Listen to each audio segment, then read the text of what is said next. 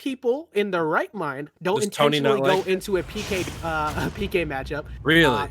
Yeah, that look, well, you're not in your right mind, Oh, but, true. You're right. but when you go into Can't something argue. like this where you have a Mewtwo, you want to be able to snipe out that PK Thunder kill with that reflector, or be able to back off some of that pressure as Mewtwo. Now, I don't know how good Tony's Mewtwo is in this game, because it's the first time seeing it so far. I know he had a good Mewtwo before, but obviously we know of Webb's Lucas, so it's going to be on Tony to be the one to make the adjustments against just the solid play of that Lucas to back off, because otherwise you're taking big damage from Webb. Tony, though, feeling definitely comfortable enough to pick it, so he definitely had to make the conscious decision, which one of my 3 characters am I going to pick to cover this specific matchup. And my man picked the Mewtwo, which is always very interesting, because I feel like Mewtwo is the least known about out of his 3 characters in terms of like, how does Mewtwo's matchup spread go? What can Mewtwo cover that the other characters can't? And what does Tony feel more comfortable doing? And I guess the Mewtwo, I guess he figured he could cover more space with Mewtwo and just kind of. I think the big thing is you get the disjoints, you get these short hop nairs that kind of shut down the short hop gameplay of Lucas. And you have side B. Like, you could shut down PK fires and stuff, but on the other end of that token, too, that tail allows for easy combo extensions for Lucas. You got the short hop Zero to shut down things like that, like so, getting the short hop fair right after that to close that out, and you have your own side magnet, so you can eat that Mewtwo Shadow Ball pretty much at any time. So this is not an easy said and done matchup by any means. I think just the distance in the out of shield game is probably what Tony was looking for here, rather than possibly just losing a stock to a side magnet off stage and going for a PK Thunder 2. And so far, not looking too bad for Tony in terms of dealing with Webb's onslaught of combos and just how he deals. But this, like I said, Webb's combo game is probably the scariest aspect of his Lucas. Just you'll be taken for a quick ride if he manages to get you in any of his strings. Yeah, you really are. It's just one of those stressful things that you have to accept. Once you get caught by one of those down tilts, you pretty much have to play a mix-up game of where Webb's gonna follow you. And Webb has been able to cash out these combos with landing PK fires as well, realizing when the combo's done, so it gets into the head. And not fully enough charged Shadow Balls we're learning also lose to PK Fire, so this is actually working very well for Webb. That should possibly be the KO. Mewtwo is so light for no freaking reason. I'll complain about that at the end of time. Is he supposed to be heavy?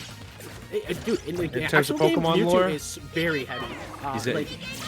Yeah, he's like a couple hundred pounds. So, like, the fact that he just gets chucked around like that, you could say psychokinesis and like all that you want, it makes no sense.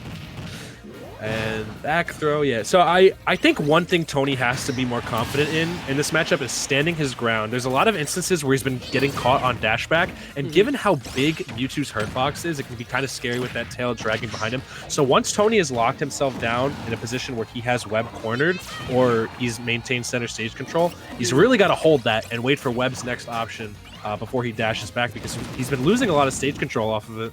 Yeah, and Webb is just playing so smart on that regard too. It's like, all right, I'm going to capitalize on exactly that. And there you go. You got to be so worried about getting caught like that. And you're a stock up, so if you're Webb, you're able to play off stage like that. And all right, there you go. Finally gets one of the reflectors. You able to get the fair? Nope. And good job covering yourself with that back air, but no kill just yet.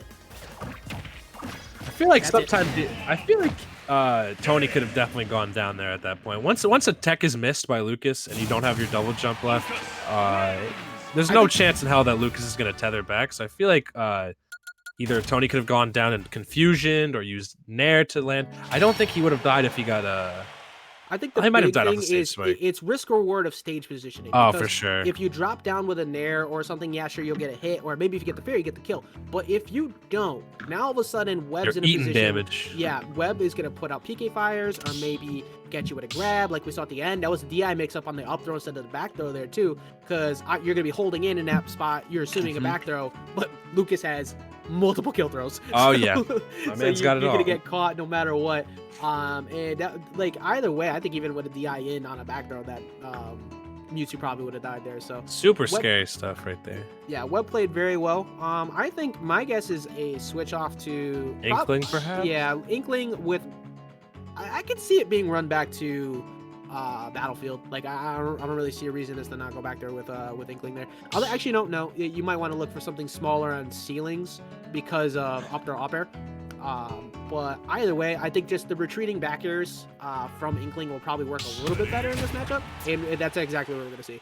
It just seemed like Webb, or rather Tony, was having trouble getting his kills off, and given the nature of Mewtwo and how he handles like disadvantages, stuff like that, I feel like Tony was put at more of a disadvantage since Lucas kind of has more kill tools in that aspect. He can kill with that fair, he can kill with a kill throw or a tilt.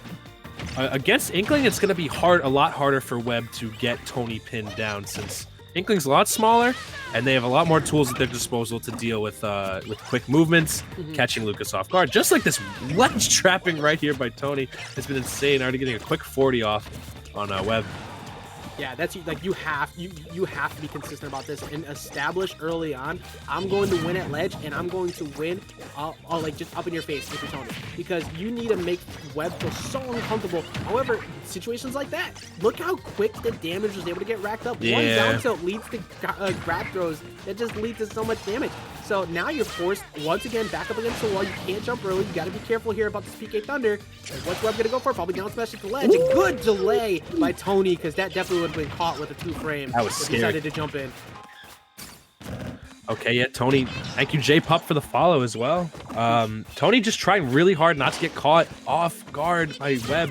Webb has so many little tricks he can do to catch people off.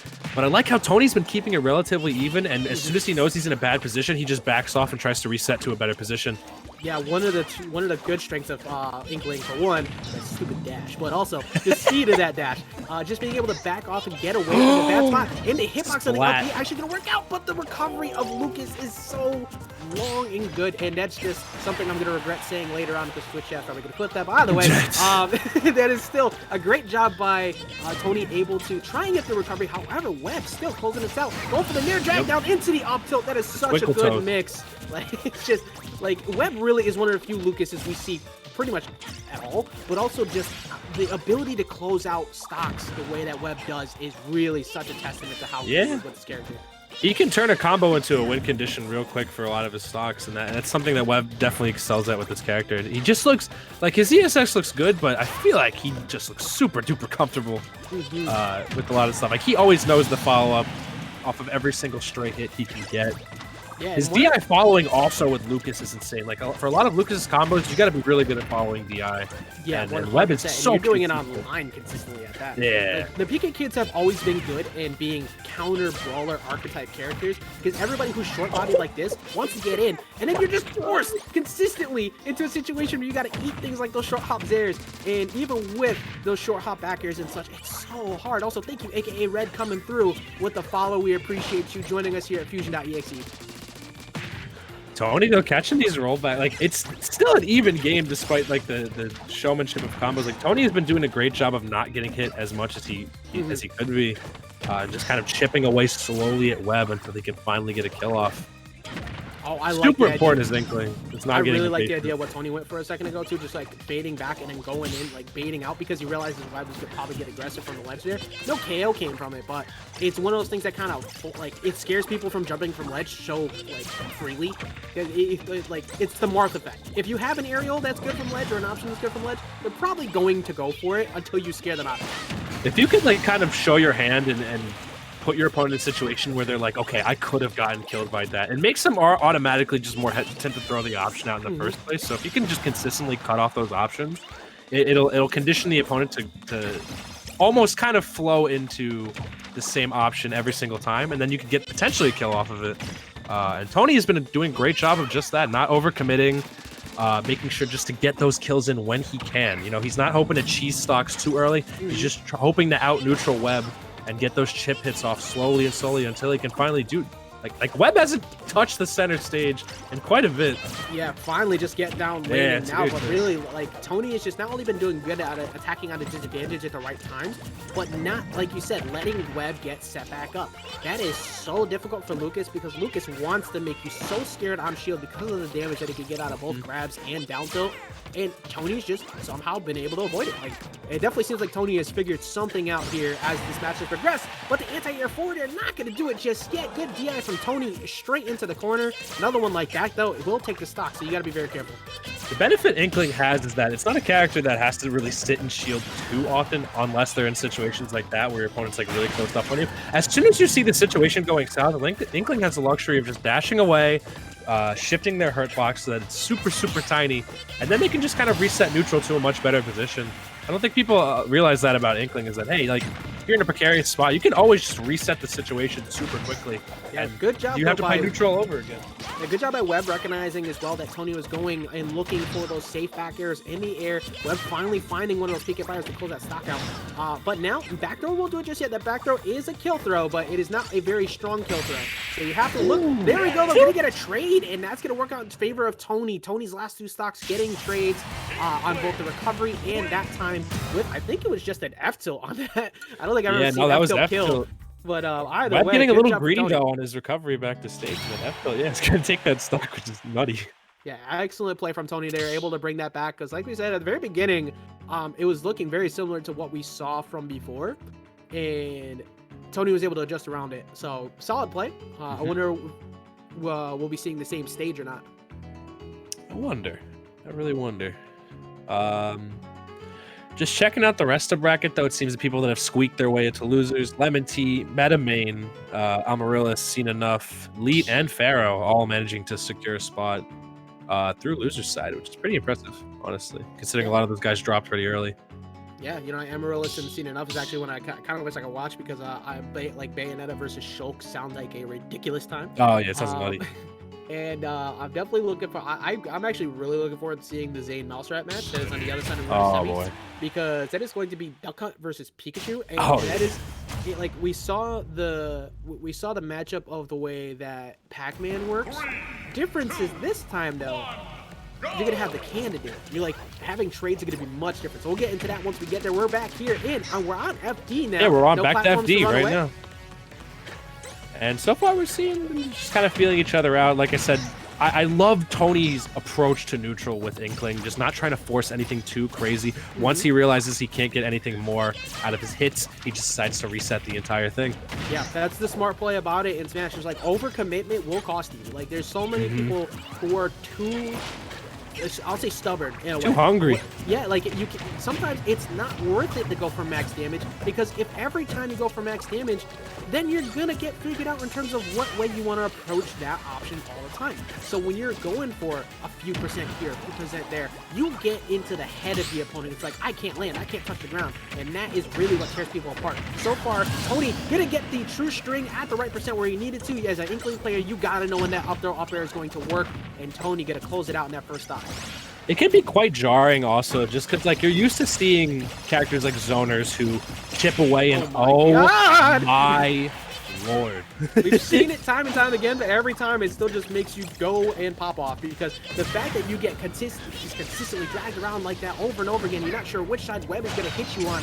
And Tony somehow getting by. It doesn't matter though, getting forced into a position where that down smash is going to close it. And so great job by Webb not letting that get out of hand. Yo, my son Lucas better join like the kick line or the cheer squad when he gets to high school or something like that. Man. With fancy footwork like that, my man has a very bright future ahead of him. 100%. Like Lucas is. I got nothing else. Lucas is just one of those characters that's just like it's just so good at just mixing you up like that, and really just again, where do you ever see this matchup? It's not something you normally see. Tony somehow getting reversed there because of that trade from before. So luckily for Webb, now getting stage control because of it. Now things, oh my, he just did it again. He just tried it a second time. Only dash attacking in the position instead of forward smashing. So I don't know if Tony was just trying to get damage. Either way, the forward smash is going to answer our question. It would have killed before, and Tony able to get it on the anti-air there. Okay, Webb finally getting that fair out right there, though. Tony's been, even despite like Webb kind of evening it up super quickly, Tony has maintained this lead very, very nicely. It's so weird, I feel like, to fight Inkling, because it's like you're dealing with the game plan of a zoner, but from a character who isn't entirely a zoner. Like, the game plan is still relatively the same. You know, hit them, don't get hit, do little tiny chip damage until you can eventually build up into a kill. And I feel like a lot of people aren't used to that with characters like Inkling, who have a plethora of movement options at their disposal, and then it can get you frustrated because you're like, why can't I hit this guy? He keeps hitting me. Yeah, like, another hard thing as like a Lucas player, or like a Fossil player and stuff too, is when somebody knows the things that aren't real. Like, people will succeed when you got strings that can work on people who don't understand where they don't work. Tony has consistently gotten out at kill percent of late in positions where he wasn't before. It's like, oh, there's the gap, there's the way to get out, and that has cost Webb a lot of positions where he might have actually just had a stock lead. So still very, very doable for Webb. We've already seen 60+% just from one string, already 25% here, finding the landing. Are you gonna get a follow-up? No, 37% though, still very, very solid. And Tony trying to just rekindle that magic from before, but gonna get hit by the back air, and that's gonna actually take it out at 60%. Only 60 in the sweet spot back air from Webb is going to close that out. After being in a position we talked about where he was behind, it does not matter because you always have to be worried about the explosive factor of Lucas. It seems like Webb finally caught on to the fact that Tony kept trying to do rollback immediate grab or like shield grabbing at the ledge. Because that's the whole reason pretty much Tony was opened up for that entire string right there, was that Tony kept trying to go for grabs. And I do want to say it might be a Nest player habit, because we eat those shield grabs and rollback grabs right up. Inkling also does really well with that stuff too, just given how quick they are. But when you're at the edge, you don't want to get caught by Lucas, because Lucas also has a plethora of tools to edge guard you and spike you and kill you, and it sucks. It's really good clutch by Webb right there, though. Holy moly. Killed at 60, man. Like, I know that back air is very strong, but even being in the position where Tony was, got absolutely just spikes are so deadly because the spike blast zone is higher than the than the regular blast zone, so you can die. You're pretty much just more susceptible to dying to spikes other than anything else early, when you shouldn't be, just because like that's just how this game works.